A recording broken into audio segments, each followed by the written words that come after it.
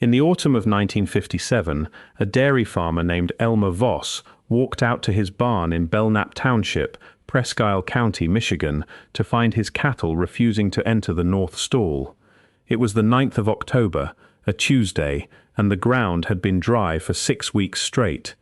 Voss had worked that plot 11 years, land his father cleared out of cedar swamp in the 1920s, and in all that time the barn floor had never once given him trouble. He pushed one heifer toward the stall with the flat of his hand, and felt the boards shift under his own boots before the animal even balked. By the time he stepped back, a crack had opened along the seam where the floor met the foundation wall, running the length of the building. He got the cattle out through the south doors. 40 minutes later, the north half of the barn dropped straight down, roof and hayloft and stanchions together, into a hole that had not existed that morning. Voss stood at the edge of what used to be his barn floor and looked down into dark that his lantern could not find the bottom of.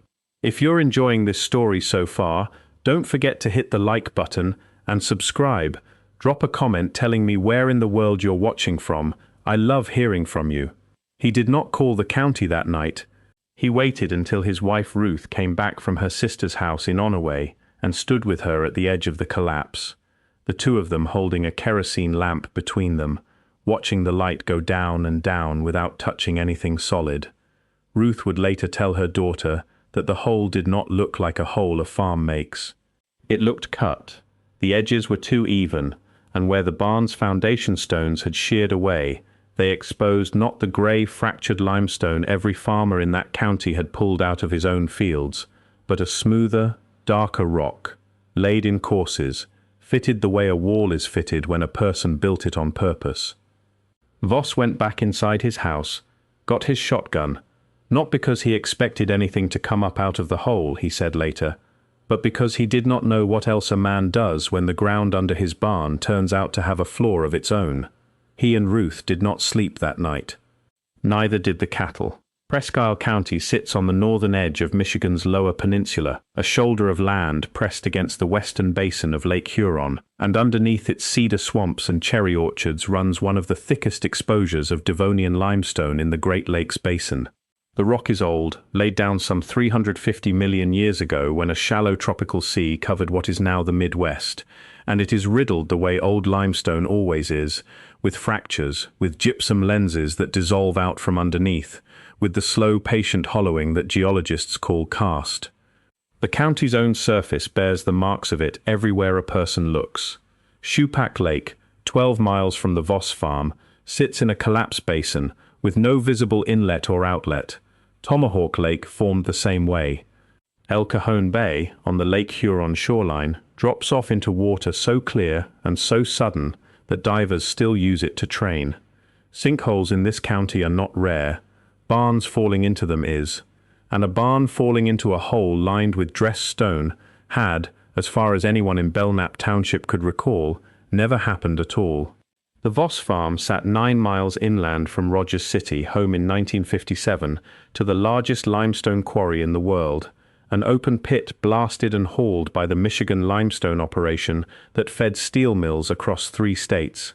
The company had geologists on staff who mapped every fracture and fault line within 20 miles of their pit, because a fracture in the wrong place could flood a quarry floor overnight. Word of the Voss collapse reached one of those geologists within 2 days, not through any official channel, but because a county road crew foreman, sent out to inspect whether the township road above the sinkhole was safe to drive, mentioned it to his brother-in-law, who worked survey for the quarry. By the 12th of October, 3 days after the barn went down, a company man named Arvid Halversen stood at the edge of the Voss collapse with a hand lamp and a rope. Halversen was not, strictly, a state employee, though he had trained under the Michigan Geological Survey before the war and kept his contacts there. He came to the Voss farm on his own time, in his own truck, and what he found in the 4 hours he spent lowered on that rope changed the rest of his working life, though almost nobody would ever read what he wrote about it. The shaft dropped roughly 22 feet before it opened into a passage running east, away from the farmhouse, toward the shoreline 3 miles off. The walls of that passage, for the first 60 feet Halversen could reach on his rope were not raw cast. They had been worked. Tool marks ran horizontal across the stone in even bands, the kind of striation a mason leaves dressing a wall face, not the kind water leaves dissolving one. At intervals of roughly 8 feet, the passage widened into shallow alcoves, each one cut with a slight upward pitch toward the rear, as though built to keep standing water from collecting. Halversen wrote later that the passage floor, beneath perhaps 3 inches of loose silt and bat guano, was flat, and that when he scraped a boot heel across it, the sound came back solid in some places and hollow in others, as though the floor itself sat over a second, lower space.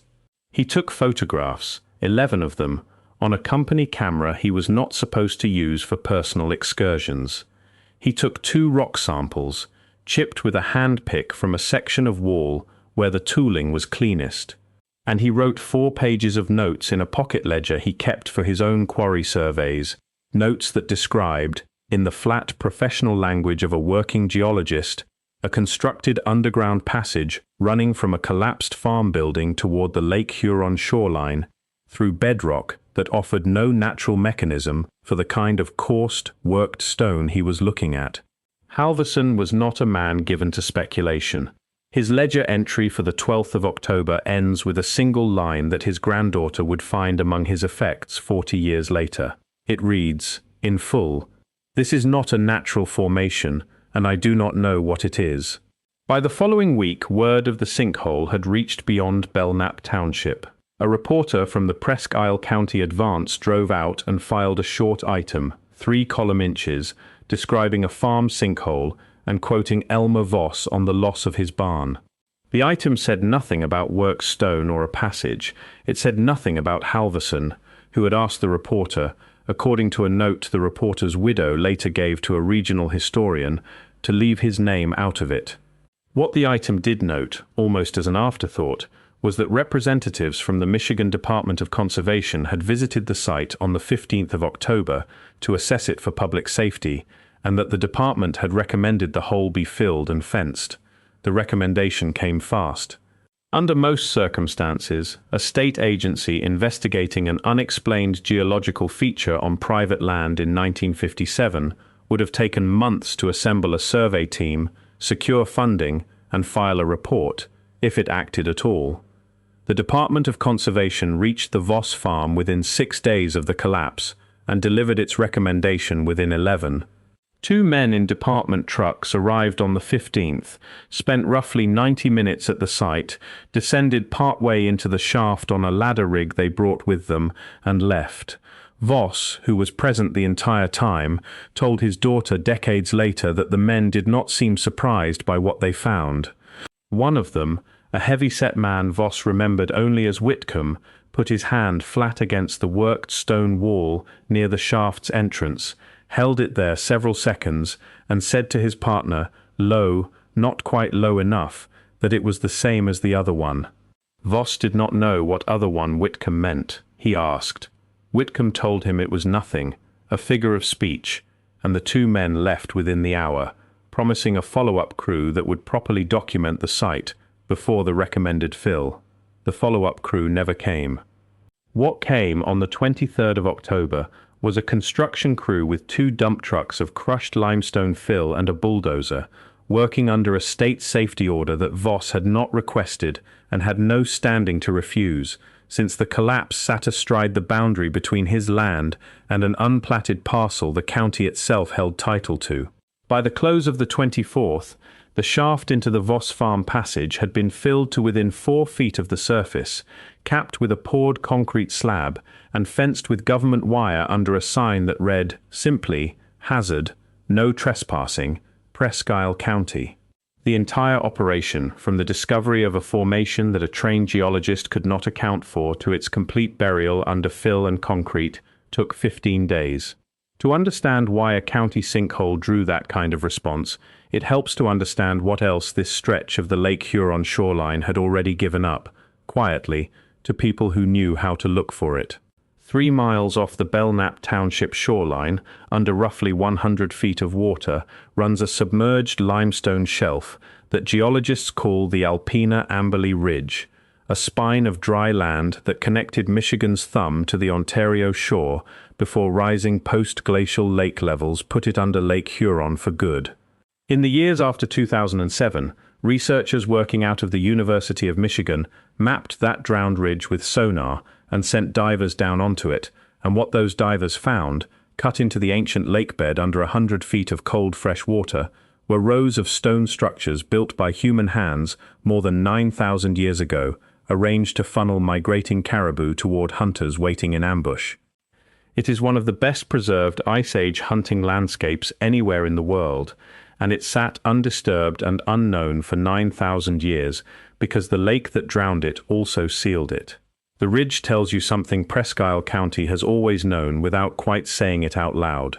This ground has been inhabited, worked, and built on for longer than almost anywhere else in the Great Lakes by people whose infrastructure the rising water did not so much destroy as bury. A drive lane on a drowned ridge is not a passage under a barn, but both are the same kind of fact. Both are structures that should not exist where they were found, built by hands the official chronology of this region has never fully reckoned with, hidden by water or by stone, until something, a sonar pass, a collapsing barn floor, brought them back into daylight for exactly long enough to be measured before they were covered again. The Anishinaabe communities of the northern Great Lakes, the Ojibwe and Odawa bands whose territory has included this shoreline since long before any survey crew arrived to map it, carry oral traditions that speak directly to what lies beneath this ground. Among the beings described in that oral record are the Memegwesiwag, small quick figures said to live inside cliffs, caves and rock outcrops along the Great Lakes shorelines, associated in the older accounts with hidden passages, with canoes that travel through solid stone, and with pictograph sites where their presence was said to be marked on the rock face itself. The Memegwesiwag are not framed in the oral tradition as myth in the sense that word carries in English. They are framed as neighbors, seldom seen, whose homes run through the rock the way a human home runs through timber and stone above it.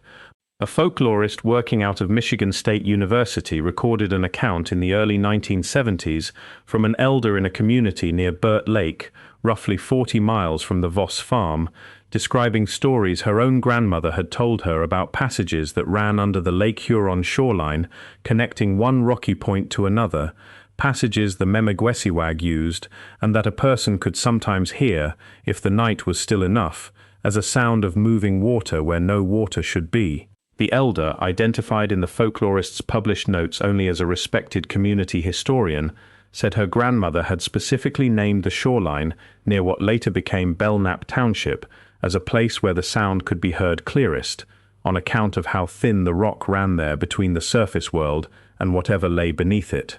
The Voss farm was not the only place in the northern Lower Peninsula where this pattern surfaced, briefly, before the ground closed over it again. In 1938, a road crew widening a stretch of county highway near Onaway, 12 miles from Belknap Township, cut into a limestone outcrop and exposed a short run of dressed stone facing before. The crew simply blasted through it to keep the grading schedule and moved on, a decision the foreman later described to his son as ordinary at the time and impossible to explain looking back. In 1974, a well driller working a new farm, well 4 miles east of the old Voss property, struck what his log describes only as a cavity at 31 feet, through which the drill bit dropped without resistance for nearly 4 additional feet before striking solid rock again, a gap the driller filled with grout the same afternoon, rather than lose the day's work investigating it. Neither incident produced a photograph, neither produced a geologist on site. What both produced, when set beside what happened at the Voss farm, is the same shape repeating itself along the same stretch of shoreline, stone that should not be there, briefly exposed and quickly closed. If you're hooked on this story, make sure to subscribe and turn on notifications so you never miss an upload. Your support means everything and helps me bring you more emotional stories like this one. None of this reached Arvid Halversen in October of 1957, and there is no record he ever sought it out. What he had was 4 pages of field notes, 2 rock samples and 11 photographs, and for the better part of a year he tried, quietly and through channels a working quarry geologist had access to get someone with institutional standing to look at what he had found before the state's fill job made it unreachable. He wrote first to a professor of geology at Michigan State, enclosing 2 of his photographs and a description of the tooling marks. The professor's reply, dated the 3rd of December 1957 and preserved among Halversen's papers, thanked him for his interest, but suggested the marks he described were almost certainly the product of natural jointing in the limestone, a common feature, the professor wrote, that laymen sometimes mistook for something built. The word the professor actually used, according to the letter, was workmanship, and he used it only to explain why there was no workmanship there at all. Unsatisfied, Halversen tried a second route that same winter, writing to the editor of a regional outdoor magazine that occasionally ran pieces on Michigan geology and local history, thinking a published account, even a popular one, might draw a qualified eye where a private letter had not. The editor wrote back with interest, asked for the photographs, and for 6 weeks the 2 men corresponded about a possible feature story. Then, in a final letter dated February of 1958, the editor withdrew, citing what he called, without further explanation, concerns raised by the magazine's advertising department about running a story involving an active quarry operator's name. Michigan Limestone was, at the time, one of the largest advertisers in publications covering the state's northern counties, and Halversen's own employment there was mentioned in the draft the editor had been preparing. Halversen kept that final letter in the same drawer as his field notes for the rest of his life. Halversen wrote next to the University of Michigan's Museum of Anthropology, enclosing his rock samples along with a formal request that someone qualified examine them for tool marks under magnification. A curator's assistant acknowledged receipt of the samples in a 2-line note dated January of 1958. No further correspondence from the museum survives in Halversen's file. His granddaughter, going through his effects in the late 1990s, wrote to the museum to ask whether the samples were still catalogued anywhere in their collection. The reply she received, more than 4 decades after the samples were mailed, stated that the museum's accession records for that period were incomplete, and that no items matching her grandfather's description could be located under any donor name associated with Presque Isle County. The Michigan Department of Conservation's own file on the Voss Farm incident, retrieved by a regional historian through a public records request in 2003, consists of 4 documents. A 1-page safety assessment dated the 15th of October, 1957, recommending the site be filled. A work order for the fill operation dated the 21st of October, a completion certificate dated the 25th of October, and a routing slip, initialed but not signed, indicating that a longer survey report had been prepared and forwarded to a division office in Lansing. That longer report has never been located. The division office it was reportedly routed to was reorganized twice between 1958 and 1968, when the Department of Conservation itself was dissolved and folded into the newly created Department of Natural Resources, and department staff interviewed in 2003 said records transferred during those reorganizations were not always retained in full. A second public records request, filed in 2015 by a different researcher, and aimed specifically at any correspondence between the department and Michigan Limestone concerning Belknap Township in the fall of 1957, returned a single interoffice memo, undated, unsigned, noting only that a fill operation on a private parcel had been coordinated with the quarry's survey office to ensure blasting schedules were not disrupted. No mention of stonework, tooling marks, or a passage appears anywhere in either release. What survives, in other words, is the paperwork that authorized burying the discovery, and the paperwork that shows a mining company helped coordinate how fast it was buried.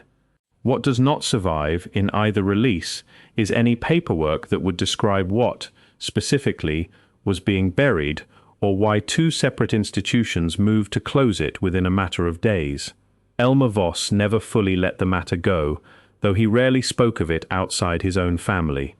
He kept, for the rest of his life, one item Halversen had given him before the fill crew arrived, a small fragment of the worked stone, no larger than a man's palm, chipped from the passage wall and wrapped in a handkerchief that Voss kept in a cigar box in his dresser drawer. His daughter, Carol Voss Radke, still has it. She described it to a folklorist and independent researcher who interviewed her in 2011 as dense, dark grey, cool to the touch even in summer, with one face worn smooth in a way that did not match the rough, broken faces on the other sides. She said her father used to take it out sometimes in the evening, turn it over in his hands without saying anything, and put it back. Ruth Voss, Elmer's wife, gave her own account of the barn collapse to that same researcher before her death in 2013, at age 91, one of the last living witnesses to the original event. She confirmed the timeline her husband had always given, the crack along the foundation, the sudden drop, the smooth, dark stone visible where the fieldstone foundation had sheared away. She added one detail Elmer himself had never included in his own retelling, whether from caution or from simply forgetting it in 50-odd years of repetition. She said that on the second night, before the state men arrived, she had gone out to the edge of the hole alone while Elmer slept, and had heard, coming up from somewhere below where their lantern light gave out, a low, steady sound she could only describe as running water, though there was no creek or spring anywhere on their property, and there never had been.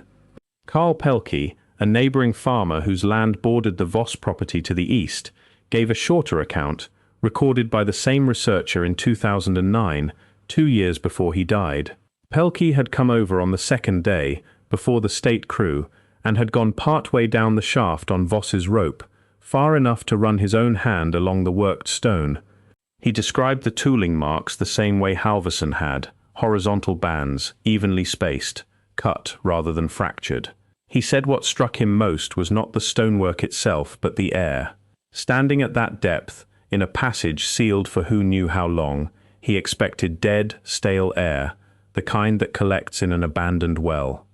Instead, the air moving past him was cool and faintly damp, and moving steadily in one direction, east, toward the lake, as though somewhere ahead the passage opened onto something large enough to breathe.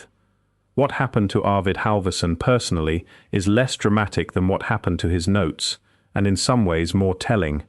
He kept his job at the Michigan limestone quarry through the 1960s, was never disciplined or reprimanded that any surviving record shows, and by most accounts lived an unremarkable professional life until his retirement in 1979.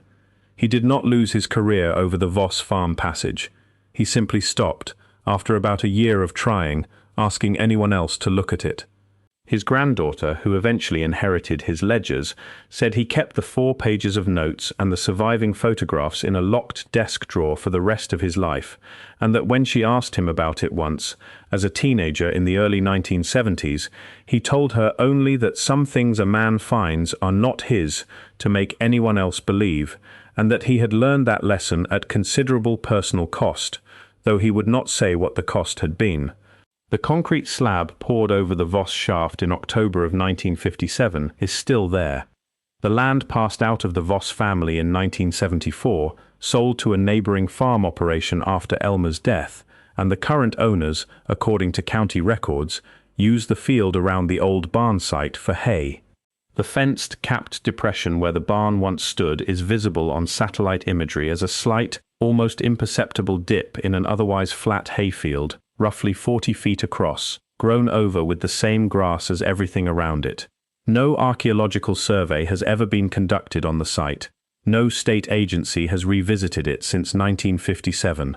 The Michigan Department of Natural Resources, successor to the Department of Conservation, has no active file on the property and, when asked in 2019 by an independent researcher whether any record existed of an underground passage on the parcel, responded that no such feature appeared in any departmental database. Presque Isle County has been through drought before, and it will be through drought again. The water table across this stretch of the northern Lower Peninsula dropped significantly during the regional drought of 2012, low enough that several of the county's karst lakes, Shoepack among them, showed exposed lakebed not seen in decades, and low enough that a second, smaller sinkhole opened on a parcel 4 miles from the old Voss farm, on land belonging to a different family entirely, who filled it themselves with gravel before any agency official arrived to look at it. Nobody photographed the walls of that second hole before the gravel went in. Nobody will ever know now whether it, too, ran east toward the lake through stone somebody had once dressed and fitted by hand. The family that filled it gave a short account to a local paper at the time, describing the collapse the same way Elmer Voss once had, sudden, without warning, opening beneath a piece of ground that had held a tractor's weight without complaint for 30 years. They said nothing in that interview about stonework, and when the same independent researcher who interviewed Carol Voss Radke reached out to them in 2013, they declined to discuss the hole further, saying only that they had filled it themselves because they had small children on the property and were not willing to wait on any agency's timetable to make the yard safe again. Whether they saw what Halversen saw, or Pelkey, or Ruth Voss standing alone at the edge of a lantern's reach, is a question that closed with the gravel truck, the same way it closed in 1957, the same way it closed at the county road cut in 1938 and the well site in 1974.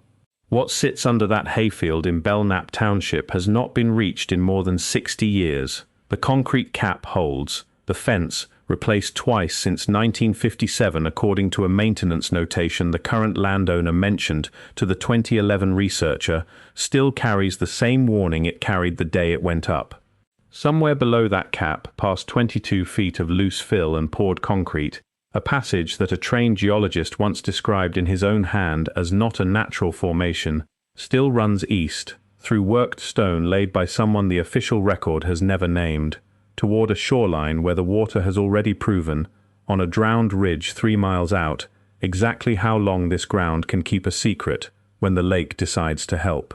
Elmer Voss stood at the edge of his collapsed barn on the night of the 9th of October 1957 and looked down into dark his lantern could not touch the bottom of. 60-odd years later, that dark has not been touched by anyone else either. The barn is gone. The cattle that would not enter the north stall are gone. Halversen is gone, and so now is everyone who stood at that hole in the first days and put a hand against stone that should not have been there to touch. What remains is a concrete cap in a hayfield, a fragment of dark grey rock in a cigar box that passed down through one family, 4 pages of a working geologist's field notes that no institution ever formally examined, and a stretch of Lake Huron shoreline that has already shown, once, on a drowned ridge 3 miles from where Elmer Voss's barn went down, exactly what it is capable of hiding for 9,000 years without anyone above the water noticing at all. The lake has proven it can keep a secret longer than any agency file, any advertising department, any quarry survey office ever needs to. All it asks in return is that the water, or the fill, or the concrete goes back on top before too many people get a look at what came up. Thank you so much for watching until the end. If you loved this story, check out the other videos on your screen now. I think you'll really enjoy them. And don't forget to subscribe if you haven't already. See you in the next story.